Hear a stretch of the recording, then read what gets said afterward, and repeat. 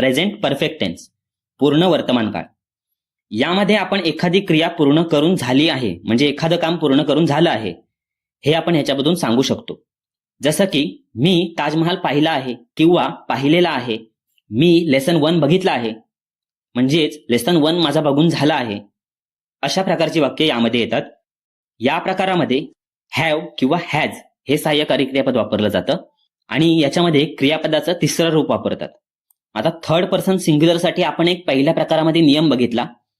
तशाच प्रकारे जर करता असेल तर हॅजचा वापर करायचा आणि इतर कर्त्यांसाठी हॅवचा वापर करायचा. उदाहरणार्थ, वी हॅव वॉच्ड लेसन 1. आम्ही लेसन 1 बघितला आहे किंवा बघितलेला आहे. I have written a letter. मी पत्र लिहिलं आहे किंवा लिहून झालं आहे. Amar has gone to Mumbai. Amar मुंबईला गेलेला आहे किंवा मुंबईला गेला आहे. I have subscribed AK educator. केलं नसेल तर करा.